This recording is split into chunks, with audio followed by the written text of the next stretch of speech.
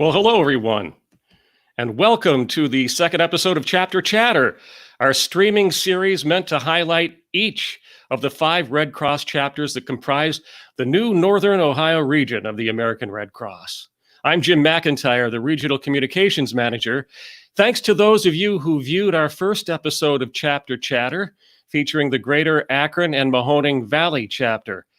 A few astute viewers pointed out that the wrong chapter map had been displayed at the start of that episode. Instead of the map of the Greater Akron and Mahoning Valley chapter, we were displaying this one, the one of the Northwest Ohio chapter, whereas it should have been this one.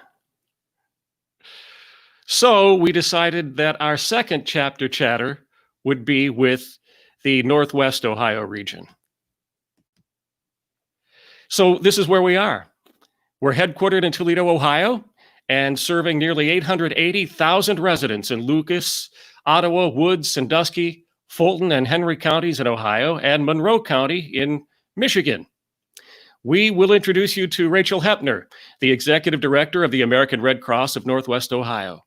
Suzy Lowery, one of our most cherished volunteers.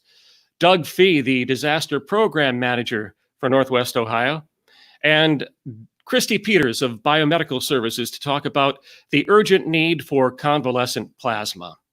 But first, Rachel Hepner, we are bringing you on because, well, you're the chapter executive, and you are the site, you have your chapter as the site of one of only 4 fixed blood donation centers in Northern Ohio. That makes Toledo a pretty special place, doesn't it? It does make it a special place. And I think that, biomed is such an important part of our mission that I'm so happy that we're able to offer the fixed site to our donors. So it's just kind of like one of those added bonuses. Right. So how long have you been with the Red Cross, Rachel? So as the executive director, I've been here since September of 2015. So I am approaching my 5-year anniversary.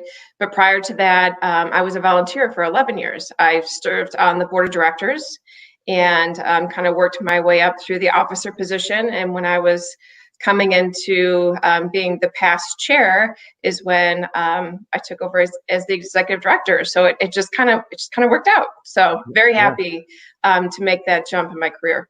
That's terrific. So it's always great to have someone who has intimate knowledge of the Red Cross and our mission and what we do to come on board as a member of the staff after having been a volunteer for so long, because volunteers fulfill a vital role in our organization. Yeah, I mean, they fill almost every role. We're a 94% volunteer-driven organization. And when I talk to people, when I talk to corporate partners or incoming board members or even our current board members, reminding them how critical our mission is and the fact that nobody is immune to our services at some point in their life. You never know when you may have a home fire or when you've got family members that are serving in the military that might need an emergency message, where you might come across a situation where somebody might need CPR, or if you might need a pint of blood. And that's what I love about our mission is that it can hit just about everybody. And I think that it's the longstanding symbol of the Red Cross just speaks for itself. And I'm just happy to be part of something that's so large and so impactful. And earlier this week, we had a ceremony, a life-saving award ceremony. We gave the Certificate of Merit to an athletic trainer at Warren G. Harding High School near Youngstown because they helped save the life of a student, she and another athletic trainer, and they had Red Cross training. They were taught how to perform CPR by the Red Cross. So just one more of our life-saving services. Yeah. And again, volunteers playing a vital role. I asked you to suggest a volunteer to bring on to the broadcast here. And you asked me to ask Suzy Lowery, who has been kind enough to say yes and joins us now on Chapter Chatter. Hi, Suzy. Good morning. Thanks for being with us today. You're welcome. I see you are hard at work. Yes, I'm in the chapter today doing DAT coordinator stuff and casework, both of which I do regularly on a Friday, and one of the many duties that I have here at the Red Cross. Okay, so explain what DAT is. What's DAT? DAT is the Disaster Action Team. We are the people that respond to the home fires and take care of providing assistance to the residents of the home, and give them our assistance on scene and get them going from there. And then after that comes the casework and recovery portion. And that's, we call them every several days and find out how the recovery is coming, give them referrals to our community partners if needed, and just help them in their general recovery, because nobody expects a home fire. And most people haven't been through it before, so they're taking, something that's brand new to them and devastating, of course. And we try to help them along in their recovery and get them back to stable ground. How do you learn how to do all that, Suzy? Well, I've been with the Red Cross here almost 5 years, like Rachel. November of 2015 is when I came on, and it's been by a lot of training, online training mostly, but some in-person classes and experience. I went on several home fires as a disaster action team responder, and learned how it was done and the paperwork, and the rest of it just basically comes as kind of common knowledge. Rachel, you brought Suzy along with you last week to ABC 13, I believe, one of the TV stations in Toledo, kind enough to cover the story that we had put out about a need for additional volunteers. So there probably wasn't a better person to make that pitch, was there? No. And the one thing about Suzy is Suzy's kind of like our yes girl. So, she might not, she's kind of built that reputation for herself. When the reporter asked her at what capacity she volunteers, I mean, just like the whole list of things that she's done for us in the 5 years that she's been with us, from being a DAC coordinator to being a responder to being a special events volunteer to deploying. She always rises to the occasion, and if her schedule permits, she's a wonderful volunteer. She's that model volunteer that we all look for. If we can multiply Suzy, over and over and over again, I mean, that's what you look for. And Suzy's not the only one in the chapter, but she certainly, is the one that has really, she's kind of dabbled in a little bit of everything. And that's, we appreciate that. We certainly are living in interesting times right now where our typical volunteers aren't able to volunteer at their capacity for a litany of reasons, whether what they normally do is not mission critical right now, or perhaps they, have, they're at that age where they can't volunteer, they might be immunocompromised, but, we look for, volunteers that are always willing to at least consider and say yes. And Suzy's one where she takes the time to do the training, and she's just, to her own fault, she always says yes. Suzy, what did you have a professional career? I was a nurse, but I ended up going out disabled after having some problems with my back and my neck, and I did that I was late in life choosing a career, and I actually started volunteering with the Red Cross 40 years ago as a first aid and CPR instructor, and then career things took over, and traveling and that sort of thing. And then when I finally decided to be a nurse, and that lasted for a few years, and I was sitting around going, okay, I need something to do with my life. And I said, well, let's go back to the Red Cross. And I truly, at the time, didn't know anything about disaster services at the time. So I met Doug, and we sat down and talked about it, and we hit it off pretty well. And the rest is history, as they say.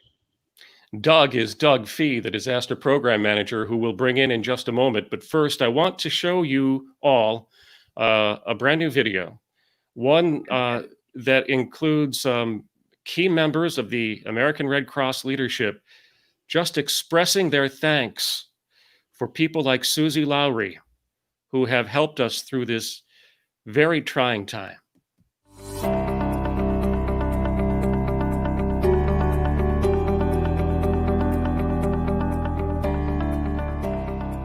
Disasters haven't stopped for COVID-19. In fact, the American Red Cross has responded to over 120 major disasters since the pandemic began. COVID-19 does not change the mission we do, but thanks to you, we've been able to change the way we do the mission.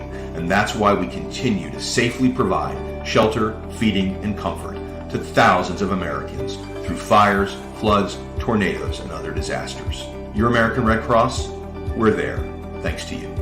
I want to thank all our donors for their generosity. During these times, it's a blessing to be healthy and well and be able to give of yourselves to help other people. I just gave blood and I feel so good about doing that. But I know it's not trivial, and I thank you for taking the time, giving of yourselves, and making a real difference to patients who need your blood to sustain their lives. Thank you. We deeply appreciate it. I want to take a moment to thank you for supporting our work during COVID-19. Service to the Armed Forces has been focused on maintaining our emergency communication capabilities for our veteran and military families.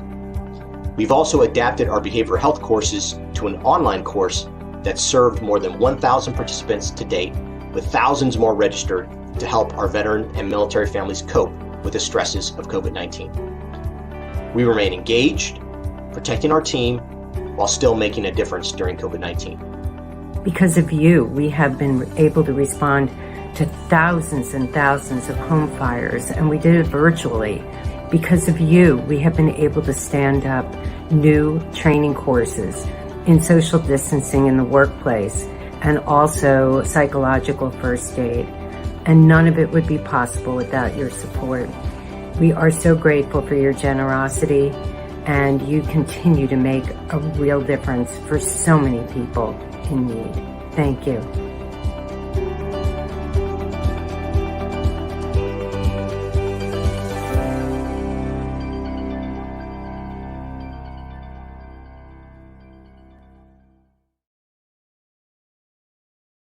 Thank you, Suzy, and to all our volunteers. And now Doug Fee, the Disaster Program Manager for Northwest Ohio, to talk about his role at the Red Cross. Hi, Doug. Good morning. Doug, how long have you been with the Red Cross? Ironically enough, just a few weeks longer than Rachel Hepner. So right around that 5-year mark. So ironically enough, all 4 of us on this broadcast today are approaching our 5-year anniversary. Me too. We recently realigned our chapters, and the Northwest Ohio chapter is now in the Northern Ohio region. You've picked up some counties that you're servicing as a disaster responder, and we're dealing in a COVID environment. So, what are your biggest challenges, Doug? Yeah, we went from 4 counties to 7. So our territory almost doubled, and added in a significant number of population to that as well. So challenges wise, I got to be honest, our challenges in the COVID environment, really paying attention, making sure our responders stay safe, and ensuring that, of course, our responders are working towards the safety of the community as well. So providing that kind of safety during the COVID environment is extremely important to us in all of our response operations.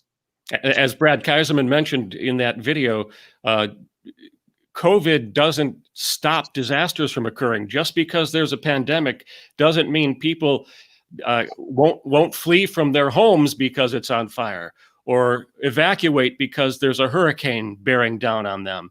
And that we need Red Cross volunteers to help us fulfill that mission and serve the people who are eventually going to need it. Absolutely. It takes a minimum number of staffing, so to speak, to fill the shifts in order to have volunteers on call 24 hours a day, 365 days a year, to be able to respond to those home fires and tornadoes and hurricanes and the various types of disasters that we see, whether they're natural disasters or man-made. So it does. It takes a tremendous number of volunteers to be that backbone and that core group. An average of more than 60,000 disasters. That's what the Red Cross responds to annually. The vast majority of them are home fires. So now in this COVID environment, most of the work is being done virtually, isn't it?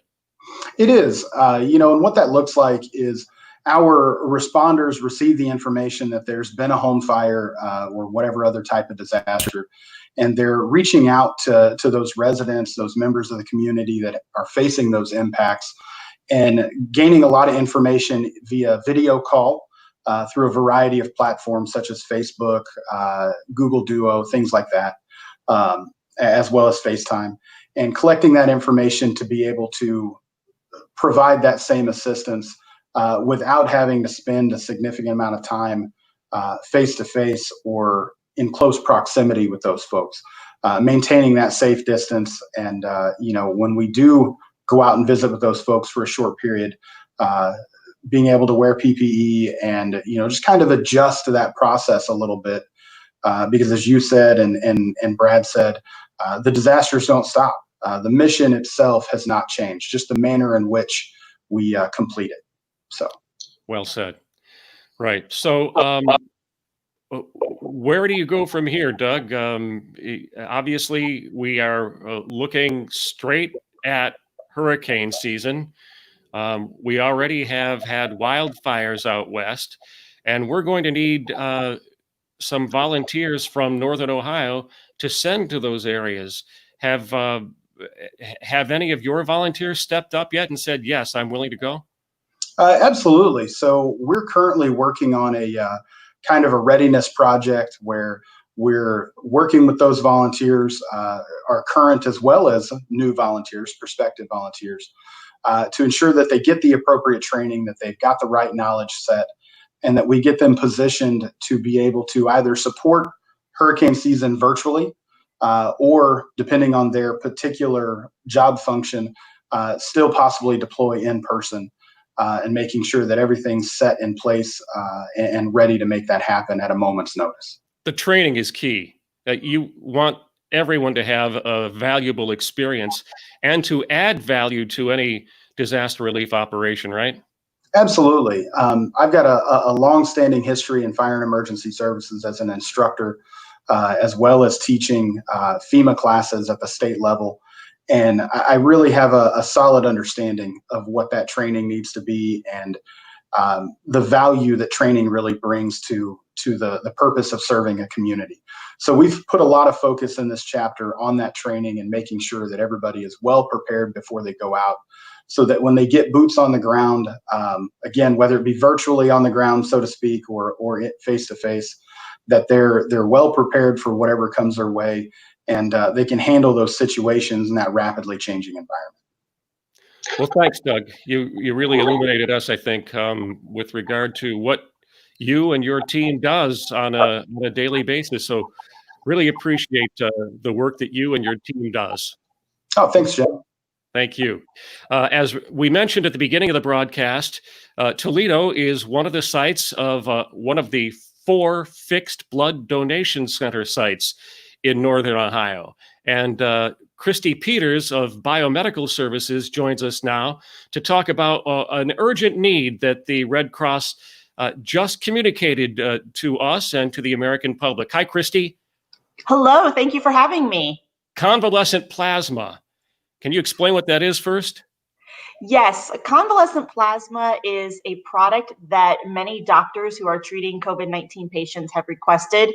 Basically, it contains antibodies that allow patients who currently have COVID to fight the disease better, and it comes from those who've already fully recovered from COVID-19. The American Red Cross began collecting convalescent plasma back in April, and we've seen several donors come forward to give that product and also continue to give it multiple times. And now, as we see the COVID cases rising across the country, the American Red Cross has an emergency need for the product. So these are people who had COVID-19 and recovered. Yes, you must have had COVID-19, meaning a verified diagnosis from a doctor, and you must be fully recovered and symptom-free for 14 days. So that is a challenge because many people who do get COVID say that it takes a very long time to overcome the symptoms. And so we need you to be symptom-free for those 14 days. And so again, if you are recovered, we would really ask you to consider giving this product. Again, it's a unique individual that can do it, and therefore it's a smaller number of people that are able. And what is the process like for giving plasma? I've never done it. I give whole blood, but not plasma. What's that like, Christy? It is slightly different. If you've given whole blood, it's going to be a little bit different. This actually involves a machine. You will be hooked up to a machine that will actually separate that plasma out, and it will give you back your red blood cells and your platelets. When you donate a whole pint of blood, you donate 3 products. Sometimes hospitals want that as one unit, so they want all 3 products together. Sometimes they want that unit separated out. In this case, doctors are looking for that plasma component out. And so that's what we do. The really great thing is that when you give your plasma donation, you have the potential to help up to 3 COVID-19 patients with your one donation. You can also donate that plasma a little more often than you can a whole blood donation. So it really is a great way to help really take care of one another during this difficult time. I know that the waiting time for a whole blood donation is 56 days. What's the waiting time for plasma? The plasma donations for the COVID-19 patients is a bit different, and it's dependent upon each patient, or each person that comes to donate, because it is a volume issue. We also will look at your antibody levels. So it's really the difference between this and all of the other donations that you do through the American Red Cross. It's very unique to you as an individual. So we just really encourage people. There's a form you can fill out online at redcrossblood.org that asks several different questions. Then you will be contacted by someone from the American Red Cross who will go through the process with you and get more information from you and set up an appointment for you. So it will look different than your normal process, but it will still be done, as you mentioned, at an American Red Cross fixed site donation center. So the first step is to go online at redcrossblood.org and to fill out the recovered COVID-19 form. Yes, it's important to note you cannot do this at a donation site. So you can't go to your local church blood drive or a community center and do a COVID-19 plasma donation. It must be done at the donation center, because the donation center is where we have these unique machines that allow us to do the actual donation. Okay. Well, and this website that we're displaying now, redcrossblood.org, is also where you can go to simply make a blood donation appointment. Yes. So the need for normal blood donations, I don't mean normal in the sense that anything else is abnormal, but what you would consider a normal blood donation, we still need that. We have an urgent need right now for all blood types. I know that some donors have said, hey, I'm having trouble finding appointments. Obviously, with COVID-19, we still have several of our regular blood drive sponsors who are not able to host blood drives. Obviously, they're not back to work yet. They don't have their facilities open, and that means that we do not have places where we can come in and host a blood drive. So we are working quickly to find new places to host blood drives, but we want donors to understand that it may be a week or 2 before you're able to find something near you. If you're willing to travel a little bit further or wait a little bit longer, it will be easier. But again, we're going to need those donations in the weeks to come. For the foreseeable future, we're going to continue to need donors. I know that we're talking about Northwest Ohio, but there's a big blood drive coming up in Northeast Ohio in just a week or so. That's right. And, there might be someone in Toledo willing to drive for this blood drive. We will be hosting our annual Cleveland Browns blood drive with the Cleveland Browns. We have 12 sites across Northeast and almost to Northwest Ohio. We do have one in Sandusky. So if you want to make that trip, we'd love to have you. You can make an appointment online. You can search by code Browns. We're thankful to the Cleveland Browns for sponsoring this blood drive, especially during this time. It's always one of our largest blood drives in the region. And so it's really important, again, that we continue to meet patient needs in the middle of COVID-19. Great, Christy. Thanks for giving us some of your time today. Of course. Thanks for having me. All right. And now we're going to wrap things up. We'll bring back Rachel Hepner and Suzy Lowery and Doug Fee. And just to say thank you, is there anything anybody wants to add before we say goodbye to this episode of Chapter Chatter? Volunteer, volunteer, volunteer. All right. So we have this redcrossblood.org website being displayed. but redcross.org is the website where you can go to see what kind of volunteer opportunities are available and to sign up to become a volunteer. And who knows, maybe in 5 years, you'll be sitting like Suzy Lowery doing casework and filling out DAT schedules, not to mention responding to home fires and deploying to hurricanes. Thank you, Suzy, for what you do. You're welcome. And Rachel and Doug, it's a pleasure working with you too. I know it's only been a couple of months so far, but it's been great. So thanks for all the hard work you put in Northwest Ohio. And thanks for setting this up today too. I mean, this is great. This is a totally new platform for all of us, and I think we're kind of getting used to this virtual world. And I appreciate you putting in the time to get this message out to individuals that maybe don't know how to help and are willing to help. So thank you for setting this up today. Yeah, and although the name of the chapter is Northwest Ohio, you now also serve Monroe County, Michigan. That's right. That's right. So they're part of the fold, and we just are grateful for everyone who not only volunteers at redcross.org, but also donates, because as all of you know, the Red Cross is not a government agency, and we rely on the generosity of the American public to help us out. Mm-hmm. So You're absolutely right. Have Thanks, a great Jim. weekend, everybody. Thank you. Bye-bye. Bye-bye. Bye.